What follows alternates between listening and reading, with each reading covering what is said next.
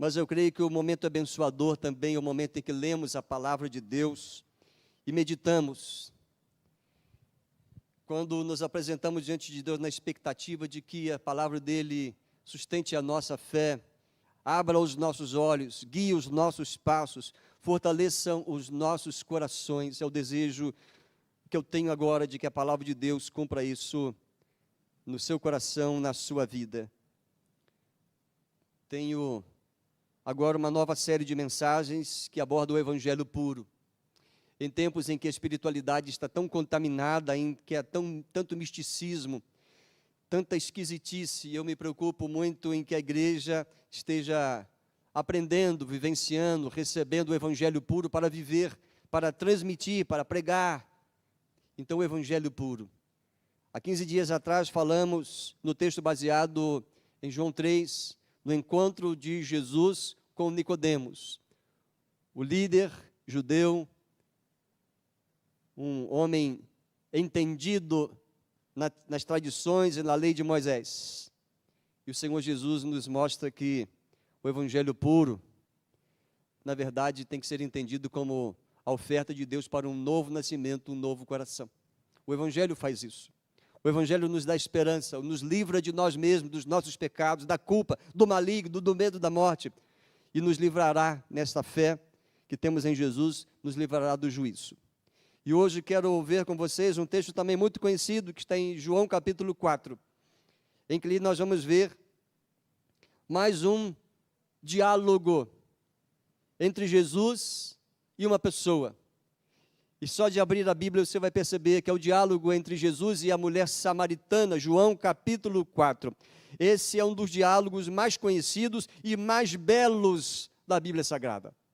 Jesus e uma mulher samaritana, uma mulher de vida imoral. E ela mesma admite isso. Jesus não a acusa, Jesus apenas ajuda ela a declarar-se nessa condição, porque ela já havia passado por 5 relacionamentos e estava num outro relacionamento com uma pessoa que não era o marido dela, então um relacionamento adúltero. Jesus se encontra com esta mulher, dialoga com ela. Eu sei que você conhece esse texto, mas vamos deixar que a palavra de Deus fale aos nossos corações, pela leitura pura e simples. João 4, a partir do verso 1. Quando Jesus soube que os fariseus tinham ouvido dizer que ele fazia e batizava mais discípulos do que João, se bem que Jesus mesmo não batizava, e sim os seus discípulos, deixou a Judéia, retirando-se outra vez para a Galileia. E era-lhe necessário passar pela região da Samaria. Assim, Jesus chegou a uma cidade samaritana chamada Sicar, perto das terras que Jacó tinha dado a seu filho José. Ali ficava o poço de Jacó. Cansado da viagem, Jesus sentou-se junto ao poço.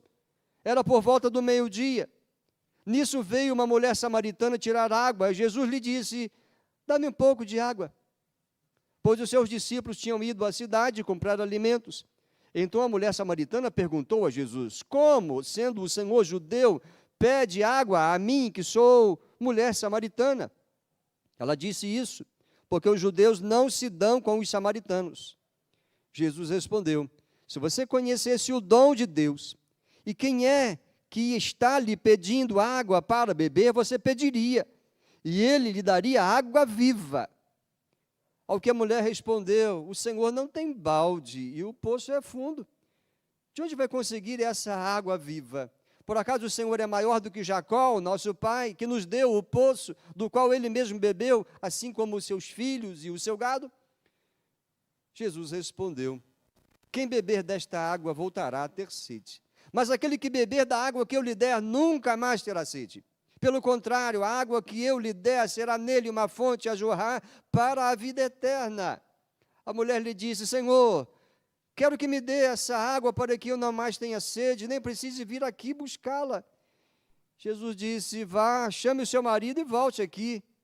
Ao que a mulher respondeu: não tenho marido.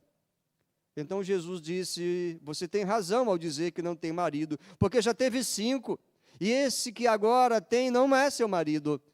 o que você disse é a verdade. A mulher então disse: agora sei que o Senhor é um profeta. Nossos pais adoravam neste monte, mas vocês dizem que em Jerusalém é o lugar onde se deve adorar. Jesus respondeu: mulher, acredite no que digo. Vem a hora em que nem neste monte, nem em Jerusalém vocês adorarão o Pai. Vocês adoram o que não conhecem. Nós adoramos o que conhecemos, porque a salvação vem dos judeus.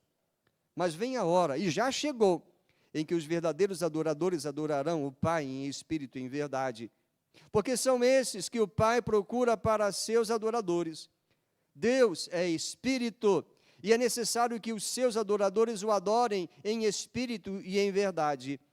A mulher respondeu: eu sei que virá o Messias, chamado Cristo. Quando ele vier, nos anunciará todas as coisas. Então Jesus disse: eu sou o Messias, eu que estou falando com você. Até aqui por enquanto. Obrigado, Deus, pela tua palavra, por esta revelação maravilhosa.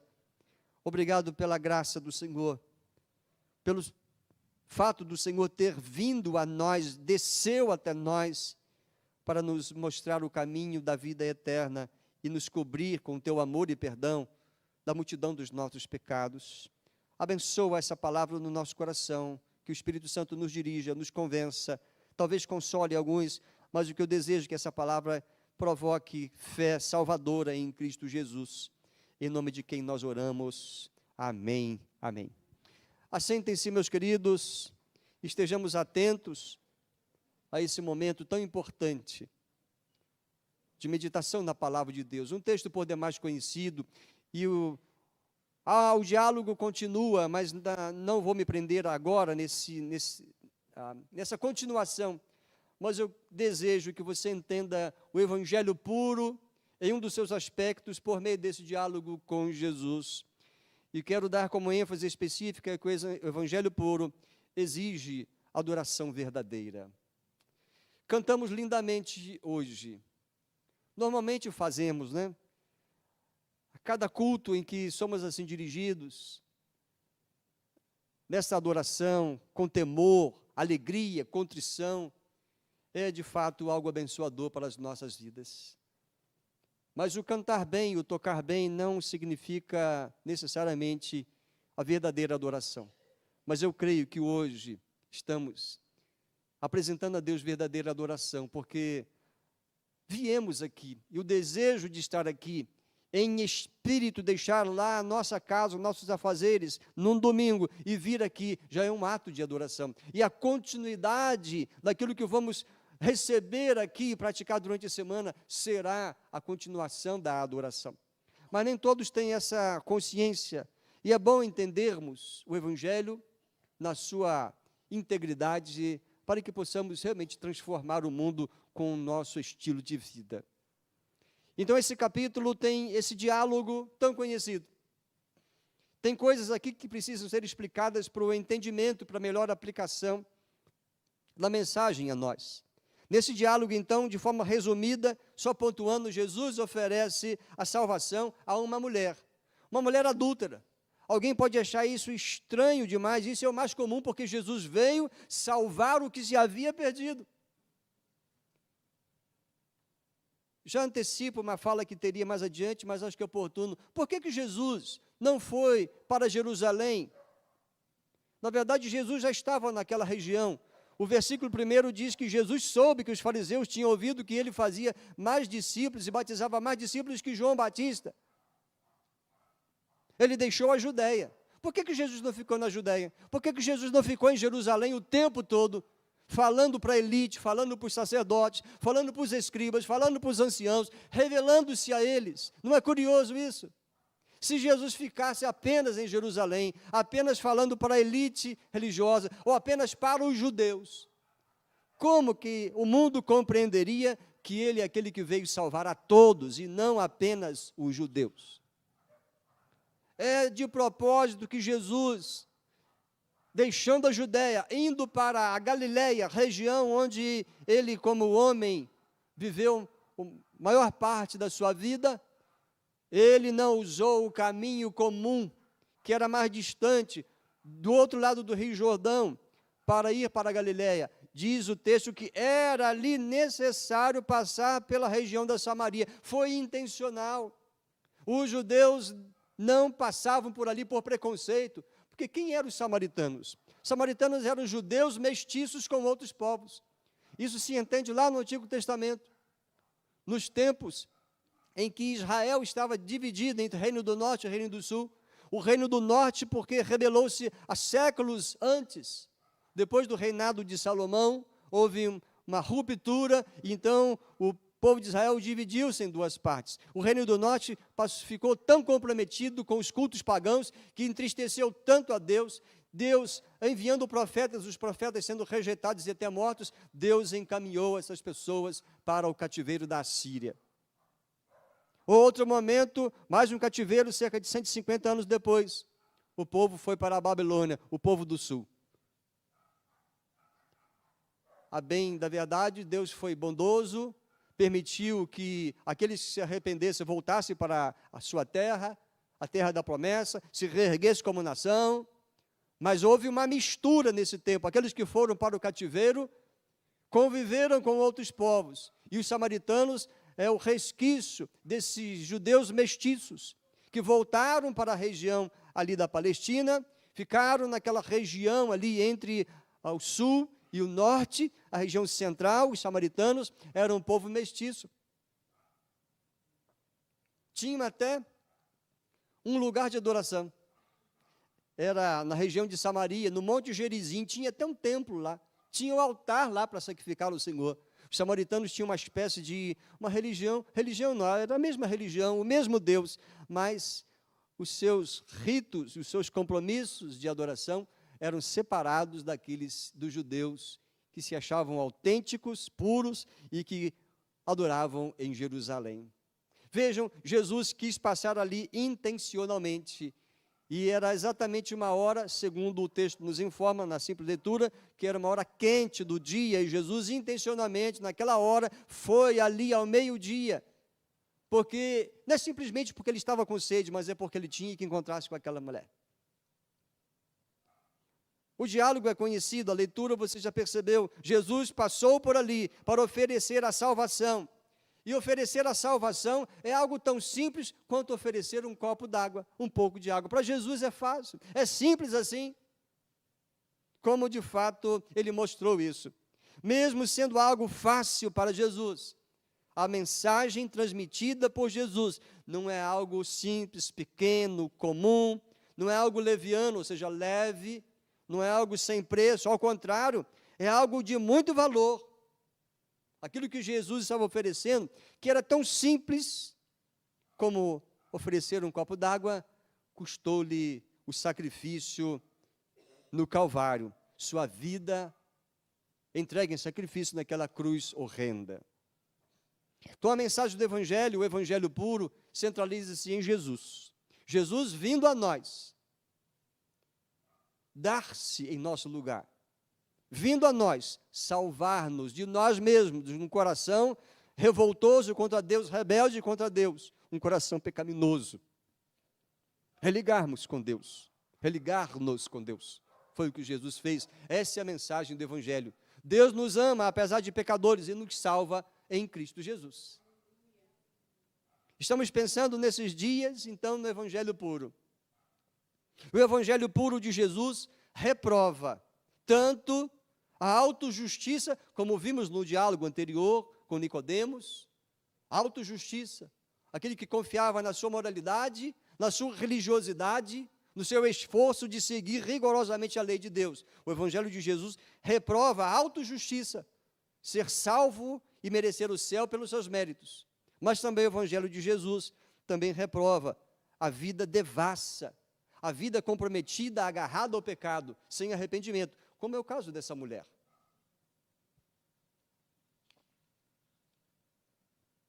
O Evangelho puro, no qual Jesus é o centro, que nos convida a ir até Jesus e que nos convence de que precisamos nascer de novo, também esse Evangelho puro nos convence, por essa mesma centralidade de Cristo e da sua obra redentora, que é a adoração a Deus o Pai, a adoração a Jesus, o Filho, e ao Espírito Santo, que nos convence dos nossos pecados, essa adoração é justa e ela deve ser exclusiva. Adoração exclusiva a Deus, ao Deus triuno, Pai, Filho e Espírito Santo, que em harmonia agiram para nos salvar. Isto é evangelho puro. Isto é adoração verdadeira. Assim, o evangelho puro requer adoração verdadeira ao único Deus verdadeiro. E nós estamos no Deus verdadeiro. Amém, queridos? Esse culto é totalmente para Ele. Para a adoração verdadeira ser a nossa prática e vida, que mensagem precisamos, então, ouvir e receber em nossos corações? Vale lembrar que, por esse diálogo, Jesus conhecia o coração daquela mulher. Jesus conhecia o coração dela, como também conhecia o coração de Nicodemos, que antes de fazer uma pergunta, Jesus já foi logo dizendo para ele: olha, eu sei que você é muito religioso, confia na sua descendência de Abraão, zeloso, guardador dos mandamentos, mas olha, eu digo para você, quer entrar no reino de Deus? Tem que nascer de novo. Jesus conhecia o coração de Nicodemos, porque procurou Jesus de noite, talvez para não ser visto, talvez para ter um tempo exclusivo com Jesus, não sabemos bem, mas Jesus demonstrou que conhecia tanto o coração de Nicodemos, um religioso, zeloso, como o coração daquela mulher,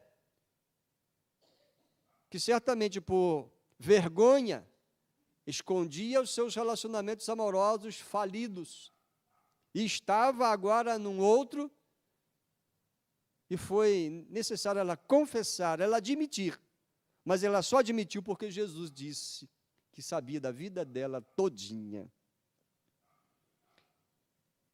A mulher tinha conhecimento acerca de Deus? Sim.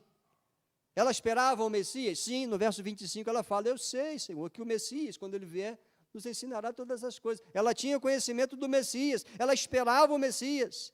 A adoração era algo do conhecimento dela, mas não era algo da prática comum e séria na vida dela. Você conhece de Deus, né? Claro, você está aqui. Você conhece Deus na Bíblia, certamente você conhece Deus lá no seu íntimo. Mas o desafio agora é, conhecendo esse Deus, sabendo do poder e do amor dEle, da justiça dEle, é viver em adoração o tempo todo. A mulher não tinha a prática da adoração como um estilo de vida para a sua vida, porque ela vivia transgredindo o mandamento de Deus. Por exemplo, um dos mais conhecidos, dos 10, é: não adulterarás, e ela estava vivendo em adultério. Uma coisa é conhecer a Deus, outra coisa é ter Jesus como Senhor e Salvador da vida e viver um constante estilo de adoração. Como é que você está nesse assunto? Ser um adorador verdadeiro, a adoração verdadeira é algo que você vive, é o seu estilo de vida? Ou você é um religioso de datas, de dias, de locais, de adoração somente? A adoração, para essa mulher, só implicava em um lugar específico, que para ela e os samaritanos era Monte Gerizim, em Samaria, tinha um templo lá, porque vemos isso, ela mesmo falando no verso 20, nossos pais adoravam neste monte, mas vocês dizem que é em Jerusalém. Jerusalém é o lugar de adorar. Ela tinha conhecimento disso, mas a adoração para ela implicava só em um lugar específico, um lugar sagrado, em ritos, em tradições, mas não em intimidade com o Eterno. O estilo de vida dela denunciava que ela não tinha intimidade com o Senhor, pela prática dela. Aquela mulher fora preparada, segundo a opinião do Dr. MacArthur, aquela mulher fora preparada de modo especial pelo Espírito Santo para aquele momento, e eu também creio. Os discípulos de Jesus foram à cidade comprar comida. Jesus estava cansado, diz ali o verso, um dos versos, não guardei aqui agora, não vou procurar, não há necessidade. Cansado, meio-dia, sol bem quente. A mulher também, não era a hora da mulher sair, das mulheres saírem para buscar água, ou era bem cedinho, ou no final da tarde, mas ela estava ali. Jesus sabia que o coração dela estava pronto para receber aquela autorrevelação de Jesus. E o Espírito Santo já estava atuando nela. Imaginemos só, conjecturando a vida dela, 5 casamentos falidos. Imagina o quanto de tristeza, vergonha, mágoa, ferida, desilusão, desesperança. Aquela mulher devia estar realmente com a sua alma agonizante. Mas ela foi conduzida naquele momento para encontrar com aquele que poderia resolver todas as questões do seu coração e da sua vida espiritual. Ela estava pronta no seu coração para reconhecer o seu pecado.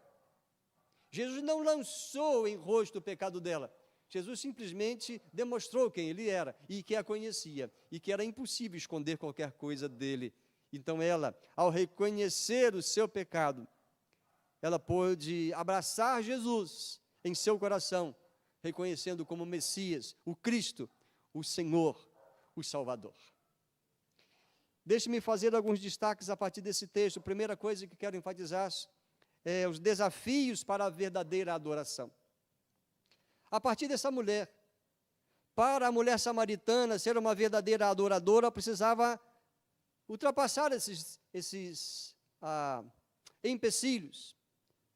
Ela fora desafiada, por exemplo, a encarar a sua própria indiferença, porque ela vivia no meio de religiosidade, mesmo entre os samaritanos havia grande movimento religioso, mas ela vivia uma vida indiferente. Deus é algo sério ou não é algo sério? Claro que é algo sério. Ter um Senhor na vida é importante, alguém que cuide do nosso coração, nos livre dos nossos medos, nos livre do maligno, isso é importante, claro que é. Mas aquela mulher vivia as suas aventuras, não vivia na dependência de Deus, pelo que deduzimos do texto. Ela era indiferente, num ambiente muito religioso, porque a história mesmo dos samaritanos envolvia revelação de Deus desde os tempos do Antigo Testamento. A experiência dramática, muito conhecida do cativeiro. Ela sabia que os seus antepassados foram para o cativeiro, mas aquilo parece que não tem uma afetação tão séria. Ela vivia indiferente. Muitos vivem indiferentes à vida espiritual que é tão necessária para desenvolvermos com saúde. No Evangelho puro, verdadeiro. Aquela mulher teve como desafio desvencilhar-se da lascívia. Mas o que é lascívia? É a vida sexual tratada sem pureza, os hábitos e as práticas sexuais que Deus reprova. A pessoa viver apegada a uma sexualidade manchada, maculada, não apropriada, não autorizada por Deus.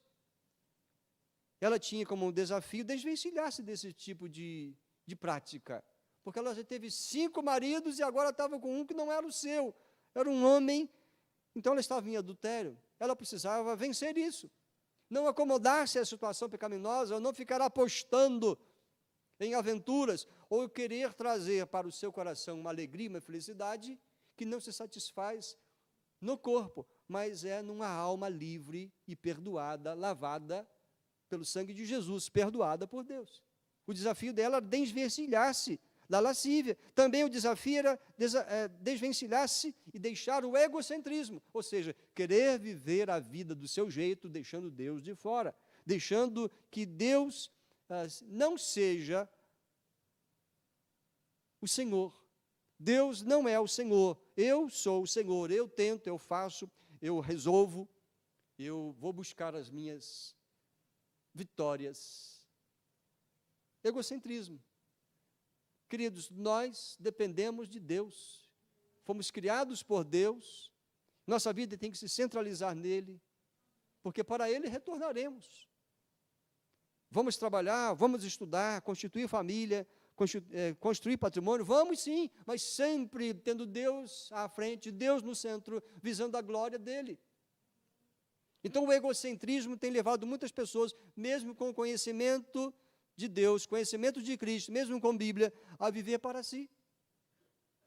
Não se ajuntam para adorar, mal leem a Bíblia, ou mal oram, ou nunca fazem isso, o nunca ficou forte, né? Mas quando vem a dor, quando vem o perigo, aí lembra-se de Deus, faça uma oração. É necessário para a verdadeira adoração existir na nossa vida e agradar a Deus, que deixemos o egocentrismo e declaremos: precisamos de Deus. Também, vencer o preconceito religioso. Não eram só os judeus que tinham preconceito dos samaritanos, os samaritanos também.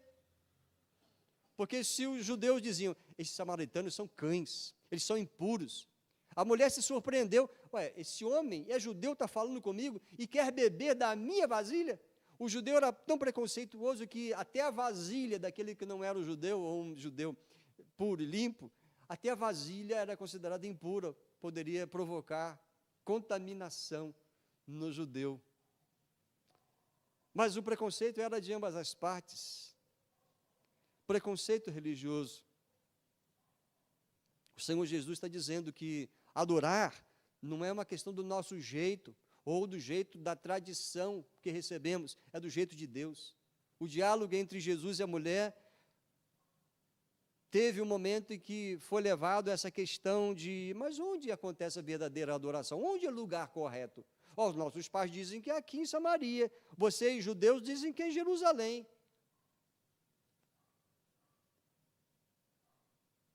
Ali havia uma divisão muito séria e preconceitos. E Jesus vai falar: olha, vamos deixar essas questões humanas de lado e vamos entender uma coisa? A adoração é algo que se dá no interior.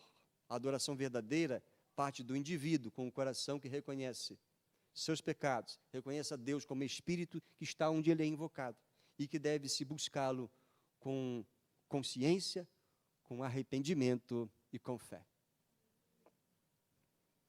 Só a título de comparação, citando também mais uma vez John MacArthur, ele fala do contraste entre Nicodemos, um religioso extremo, e a mulher samaritana, que vivia uma vida imoral, pecaminosa. O contraste entre esse homem e essa mulher.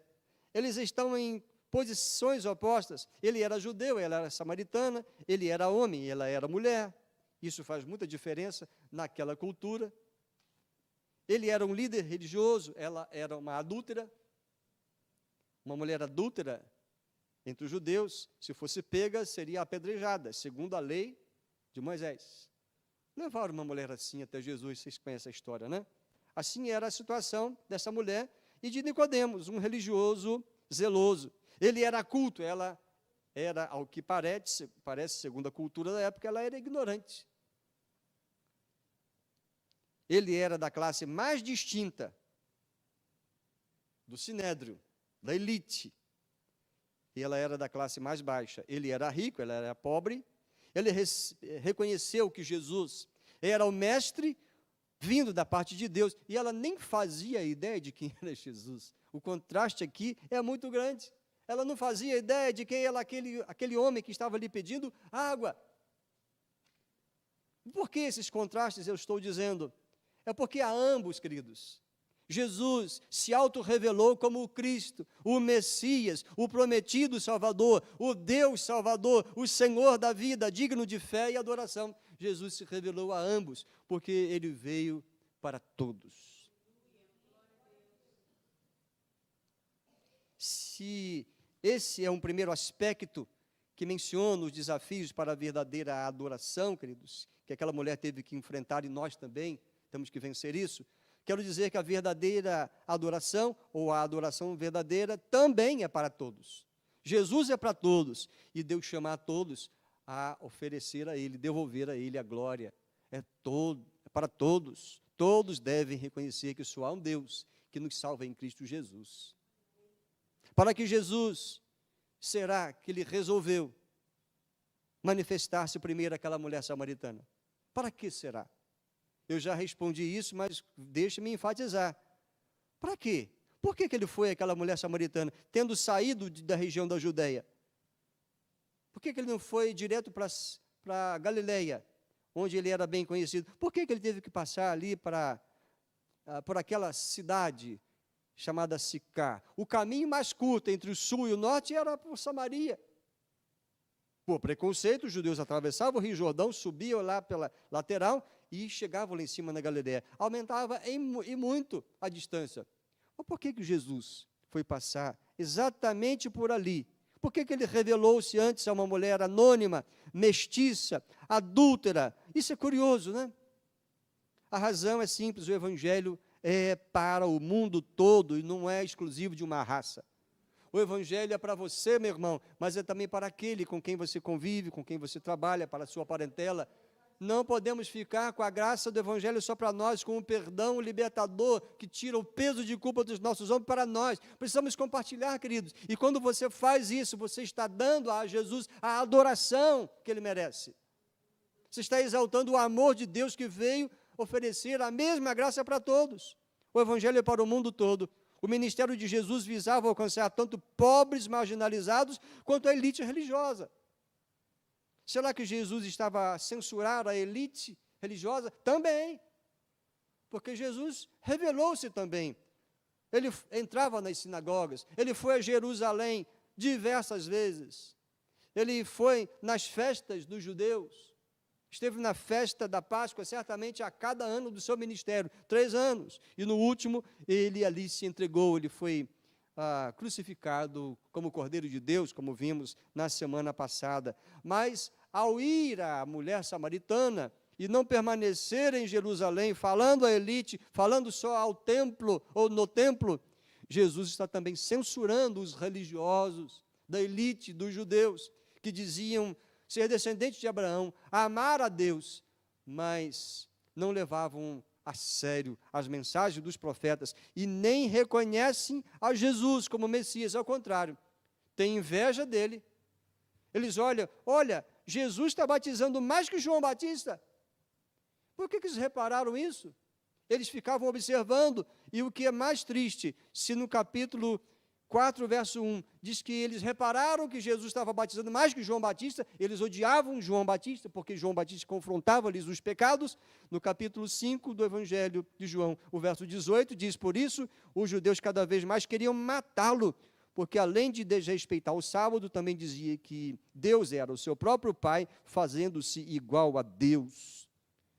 Ao ir revelar-se a uma mulher samaritana adúltera, é uma espécie de censura, porque Jesus sabia que aquela mulher ia crer nele, mas os outros, os líderes judeus, não estão recebendo ele, a mensagem dele, e queriam matá-lo. É uma censura. Todos somos pecadores e carecemos do perdão e da graça de Deus. A religiosidade pura e simples, os ritos, os locais cheios de ouro, não impressionam a Deus. Isso faz parte da vaidade humana, do desvio. Usar roupas brilhantes, pomposas e coloridas num rito religioso não impressiona a Deus. Religiosos pecam tanto quanto incrédulos. Há religiosos tão imorais quanto a mulher samaritana. Há arrependidos, transformados, que se tornam verdadeiros adoradores e que não se comparam a religiosos hipócritas que se auto-justificam. Contrastes. O Evangelho puro, queridos, é o nosso desafio hoje. A adoração verdadeira é para todos, e não há adoração verdadeira sem ir a Jesus e reconhecê-lo como Salvador e tê-lo constantemente como Senhor. Terceiro destaque, a adoração verdadeira identifica quem verdadeiramente está no caminho. Quando eu falo no caminho, é no caminho da salvação. Você está no caminho da salvação? Espera-se que você demonstre a adoração verdadeira. Eu acredito que você esteja apresentando a Deus a adoração verdadeira, porque quem está no caminho tem aquela experiência maravilhosa, transformadora, perdoadora dos pecados, é tão agradecido por estar tão livre da culpa do pecado, não é que estejamos livres, está tão livre e agradecido, porque não vai mais ser condenado no dia do juízo, que vai viver então para a glória, viver entusiasticamente para Jesus, por Jesus, para fazê-lo conhecido. Desculpa, estou citando mais uma vez John MacArthur, ele fala de 5 cruciais verdades na apresentação do caminho da salvação. O caminho da salvação, no qual eu acredito que quase todos aqui, bom seria dizer se todos, eu não conheço a todos, o caminho da salvação, no qual todos ou quase todos aqui estamos nesse caminho. Quem está no caminho da salvação é um adorador verdadeiramente. Mas quais são essas 5 verdades cruciais? Aí, utilizando as ilustrações de John MacArthur, ele fala aqui de 5 lições. Primeiro, a lição do poço. Como assim a lição do poço? No verso 4, diz que era-lhe necessário passar pela região de Samaria. Ali, ele passou por Sicar. Na cidade de Sicar tinha um poço. Ali ficava o poço de Jacó. O poço, um poço antigo, antiquíssimo. Jacó havia dado, acho que ele havia feito aquele poço, e aquele poço foi preservado numa região que foi dada aos filhos de José. Um poço muito conhecido, muito precioso naquela região. O poço. Qual é a lição do poço, queridos? É que Cristo veio buscar e salvar o perdido. Ali foi o lugar do encontro. Ali havia um encontro marcado. Ali Jesus tinha um encontro marcado com aquela mulher que estava inteiramente perdida, porque o texto diz, era-lhe necessário passar por Samaria. A lição do poço é, Cristo veio buscar e salvar o lugar do encontro. Hoje, não tem nenhum poço aqui, mas hoje pode ser o lugar do dia da salvação de alguém aqui, porque Cristo veio buscar e salvar. Na minha experiência, foi na sala da minha casa. Alguns, creio que estão aqui, foi aqui. Para alguns, foi esse lugar em que encontraram-se com Jesus, reconheceram-no como Senhor e Salvador, pediram perdão e disseram, Senhor, quero ser guiado pelo Senhor. O Senhor há de ser o meu dono. Sim, queridos, o poço nos faz lembrar que intencionalmente Jesus veio nos salvar. Salvou aquela mulher na beira do poço. E você? Conta para alguém essa semana, não aqui agora, né? Conta para alguém o dia, o lugar, a sua rápida história, como você vivia antes de Jesus, como você compreendeu a necessidade de declarar Jesus como seu Salvador e como é a sua vida hoje, depois que aceitou Jesus. Fala onde você estava. Se lembra de algum versículo bíblico, algum hino, algum cântico? Conte a sua história. Sim, queridos, a lição do poço nos faz lembrar dessa verdade. Cristo veio intencionalmente. Também tem a lição da mulher. Como assim a lição da mulher? É que Deus não faz acepção de pessoas. Sim, nos versos 7 a 9 começa ali aquele diálogo. Jesus ali intencionalmente fala com aquela mulher porque sabia, pede água. E a mulher ficou surpresa. Mas tu, um homem judeu, eu, uma mulher samaritana, porque as mulheres não eram abordadas por homens, não falavam mulheres e homens em público, até mesmo com as esposas. Havia esse traço da cultura, horrível, mas era a cultura, e Jesus passou por cima daquilo, ele superou aquele obstáculo da cultura contaminada pelo pecado, pelo preconceito. Aquela mulher descobriu que Deus não faz acepção de pessoas, e ela toda manchada, vida toda a denunciar as suas fraquezas, ela vai descobrir naquele diálogo que Deus não faz acepção de pessoas. Mulher adúltera, samaritana, mestiça, impura, etc. e tal. Ela descobriu, olha, Deus não me despreza, Deus não despreza a ninguém. Isso é maravilhoso. Esta é uma mensagem importantíssima, diria até central, para aqueles que querem trilhar o caminho da salvação. Creiam que ninguém fica fora do caminho da salvação, desde que vão a Jesus. É maravilhoso isso. É a mesma coisa que Pedro disse a Cornélio, que era um homem também temente a Deus, religioso, mas não reconhecia Jesus ainda. Em Atos 10, 34 e 35, o Senhor manda Pedro ir à casa de Cornélio, e Pedro, a princípio sem entender, chegando lá ele entende tudo. O Senhor já havia lhe dado uma mensagem por uma visão, com um grande lençol, e ele chega a dizer, então, Atos 10, 34 e 35, Pedro começou a falar e disse, reconheço por verdade que Deus não trata as pessoas com parcialidade. Pelo contrário, em qualquer nação, aquele que o teme e faz o que é justo, esse lhe é aceitável. Essa palavra que Deus enviou aos filhos de Israel, anunciando-lhes o evangelho da paz por meio de Jesus Cristo. Esta é a mensagem que eu envio. Este é o evangelho que eu trago a você. Este é o Senhor de todos. Jesus é o Senhor de todos. Jesus é o Deus encarnado. Jesus é aquele que prova que ele não faz acepção de pessoas. Nós é que costumamos fazer divisão. Às vezes escolhemos a quem pregar o evangelho. Escolhemos o povo a quem vamos mandar missionários, preconceituosamente. Mas estou falando nós no sentido genérico. A humanidade, a cristandade ao longo da história. Até guerras aconteceram. Coisa vergonhosa. Mas isso é desvirtuação, porque o evangelho puro anuncia: Deus não faz acepção de pessoas e quer que todos sejam salvos.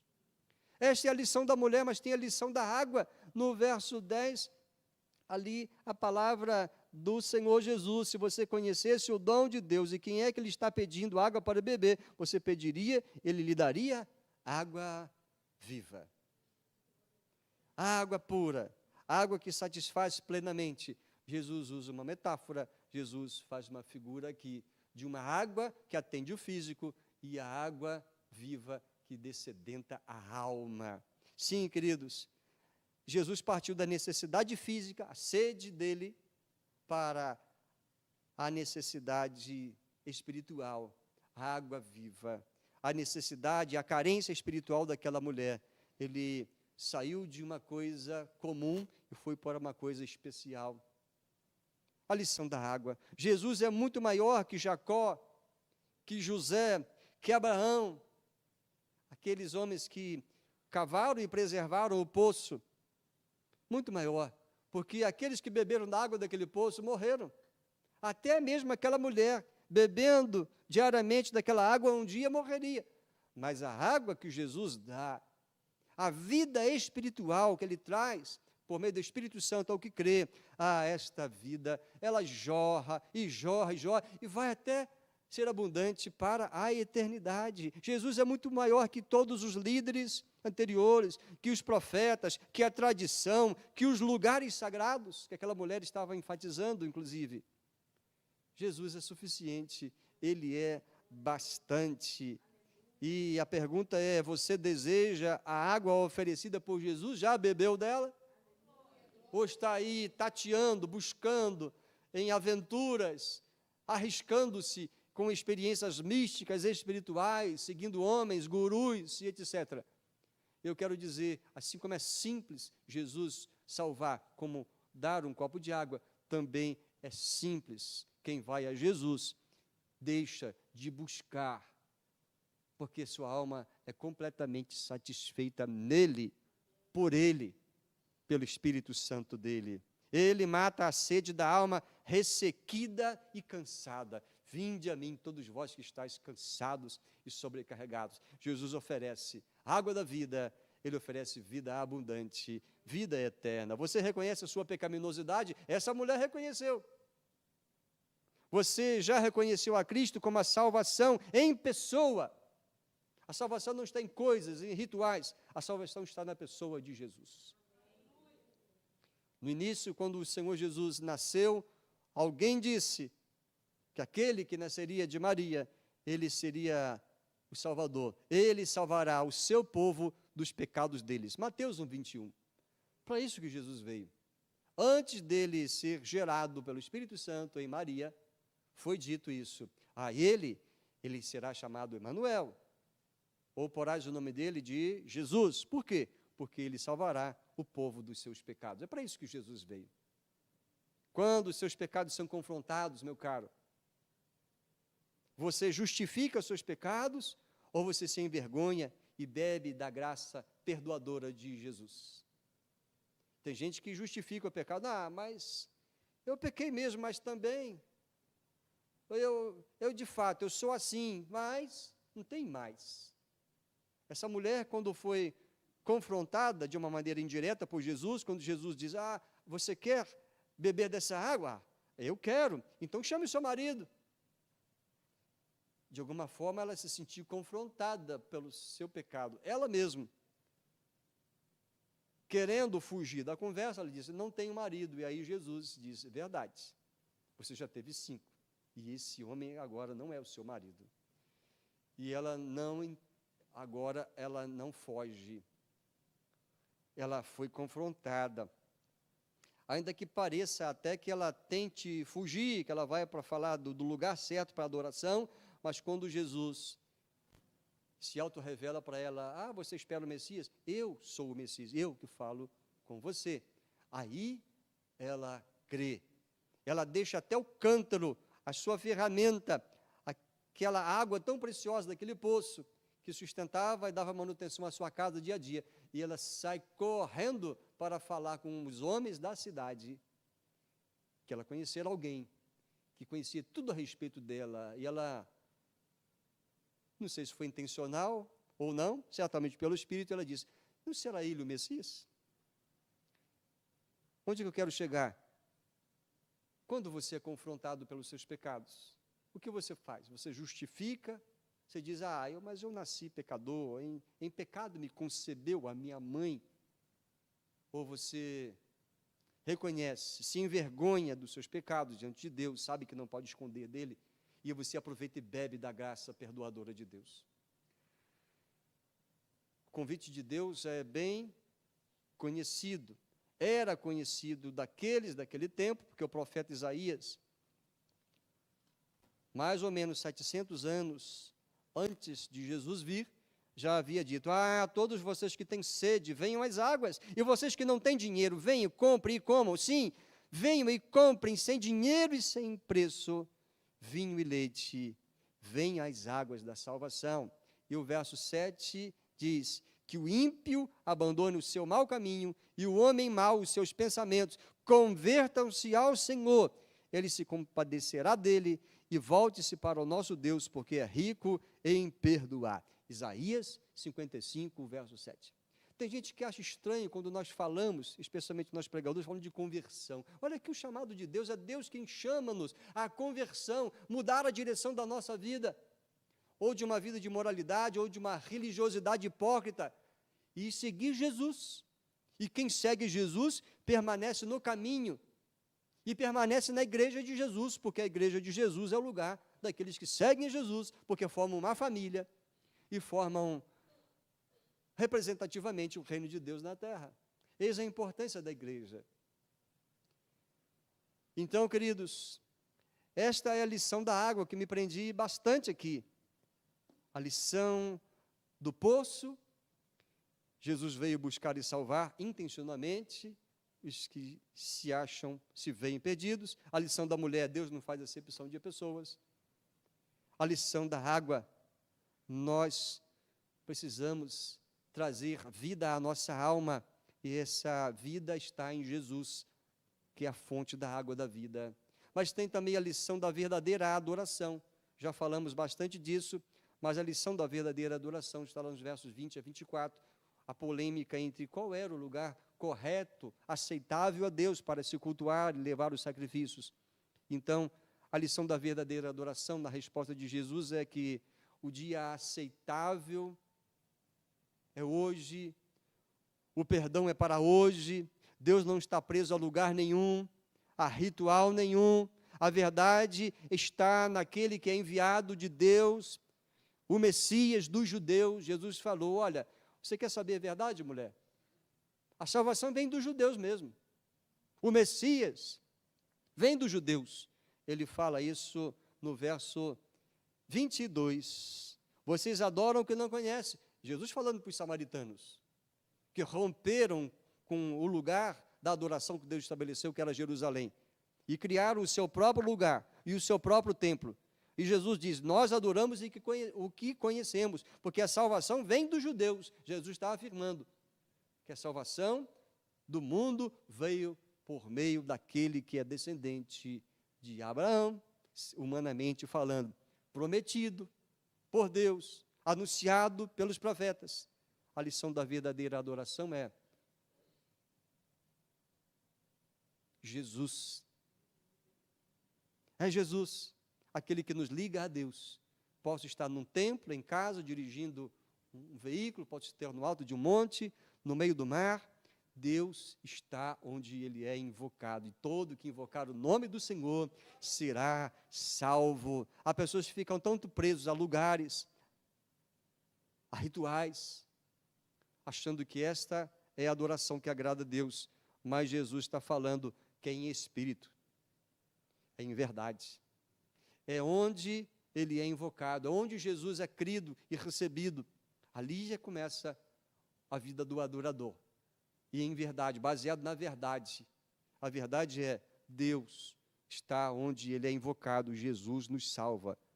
Ao reconhecer Jesus e recebê-lo, ali dá-se a transformação e a vida da adoração inicia-se. É no coração que se dá a mudança e é do coração que provém a verdadeira adoração. Mas, para terminar, o horário me aperta, o relógio parou, mas o horário segue. Mas tem a lição do testemunho. Essa mulher, na continuidade do diálogo, você sabe que ela vai à cidade, os discípulos chegam, ficam surpresos de Jesus estar conversando com a mulher. Os discípulos precisavam ainda amadurecer o conhecimento acerca da missão de Jesus. Eles ainda eram cheios de preconceitos, mas isso é um assunto para um outro momento. Mas aquela mulher vai à cidade e fala acerca de Jesus, e o testemunho dela é recebido, e os samaritanos, segundo o verso 39, os samaritanos daquela cidade creram em Jesus por causa do testemunho dela, do testemunho da mulher, que tinha dito, ele disse tudo o que eu já fiz. Quando os samaritanos foram até Jesus, veja, primeiro o testemunho dela, depois eles foram até Jesus, e pediram que Jesus permanecesse com eles. Jesus ficou ali 2 dias, entre os samaritanos, mostrando verdadeiramente que não há acepção de pessoas, e que os samaritanos eram tão amados por Deus quanto os judeus. Diz ali que muitos creram nele, por causa da palavra de Jesus, e no verso 42 diziam então a mulher, agora já não é mais por causa do que você falou que nós cremos, mas porque nós mesmos ouvimos e sabemos que este é verdadeiramente o quê? O Salvador dos judeus, não, dos samaritanos, não, Salvador do mundo. Aí está o texto. Esta é a lição do testemunho, não só dessa mulher, mas destes samaritanos. Esses homens também souberam que Jesus recebe pecadores. Surpresa! Não deveria ninguém ficar surpreso que Jesus recebe pecadores. Come com pecadores, caminha com pecadores, porque Ele é o caminho, e nós precisamos dEle para nos conduzir ao Pai, à vida eterna. Aquela mulher talvez tenha dito assim, olha, esse homem recebe pecadores, recebeu a mim, vocês conhecem a minha história, Ele receberá vocês também, nós marginalizados, nós condenados pelos líderes religiosos, nós seremos recebidos por Ele, se os judeus, se os sacerdotes, se os levitas nos rejeitam, distanciam-se de nós, vejam, Ele recebe a nós, que maravilha, Ele é o enviado de Deus, Ele é o Salvador do mundo, e eles foram e viram que de fato Jesus recebe pecadores, que maravilha. O testemunho da mulher samaritana foi de uma pessoa verdadeiramente convertida. Por quê? Porque ela percebeu sua carência pessoal, ela confessou o seu pecado, reconheceu Jesus como Messias, e ela mostrou o fruto de sua vida transformada, ao trazer outras pessoas até Jesus. Eis aí o testemunho de uma pessoa convertida, transformada. Para não delongar, creio que lerei então a aplicação final para cumprirmos o nosso tempo. Sim, queridos, a adoração verdadeira é estilo de vida. Muito mais que um dia de um culto coletivo, num encontro semanal, para se entoar hinos e cânticos e fazer algumas coisas que já sabemos. A adoração verdadeira é estilo de vida. A adoração verdadeira é o reconhecimento por meio de atitudes e serviço de que Jesus é o Senhor, uma vez que Ele nos comprou com o seu sangue. Ele comprou pecadores para Deus com o seu sangue. É nesse reconhecimento que com nossas atitudes e serviço somos adoradores. Então, adorar é atitude, comportamento, serviço, além de cantar, orar, jejuar, dizimar, etc. A adoração verdadeira é compromisso por parte daquele que foi um pecador, não arrependido e agora o é. A adoração verdadeira é compromisso desse pecador arrependido com o amor de Deus e com a santidade exigida por Deus, porque Deus diz: sede santos, porque eu sou santo. Separem-se para mim, separem-se para viver comigo. Então a adoração verdadeira é compromisso. O propósito da salvação é gerar verdadeiros adoradores, disse um escritor. Sim, Jesus recebe pecadores.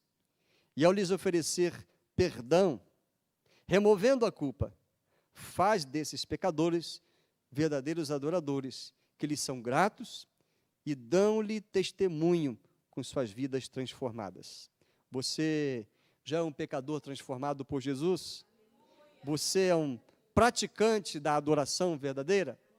Então continue a dar testemunho dele, servir a ele, e que Deus seja louvado por todos nós, hoje e sempre. Amém, queridos? É o momento da sua resposta, é o momento da oração, de resposta ao Senhor. Mas, equipe de louvor, podem vir, podem tomar o seu lugar aqui. Eu vou conduzir o momento da oração, e depois nós entoaremos um último cântico. Mas eu quero ajudar pessoas a esse momento de oração. Talvez você tenha pensado: eu tenho sido tão preocupado com a religiosidade, com os dias, com as datas. Estou tão preocupado em seguir a tradição. Mas hoje você entendeu que isso não impressiona a Deus. Que Jesus, de forma simples e poderosa, Ele lava os nossos pecados, remove a culpa.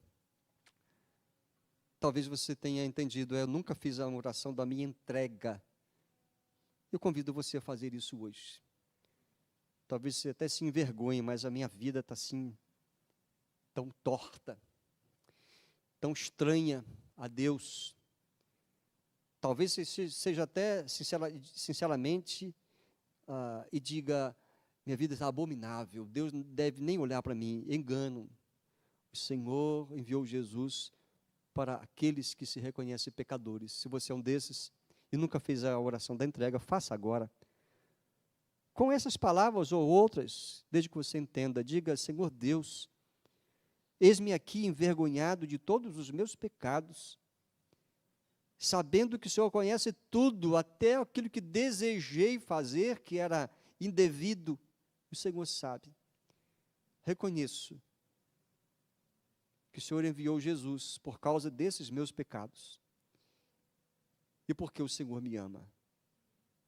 Peço-te humildemente o perdão de todos eles, até os pecados que não me lembro, e eu decido seguir a Jesus, fazê-lo meu Senhor.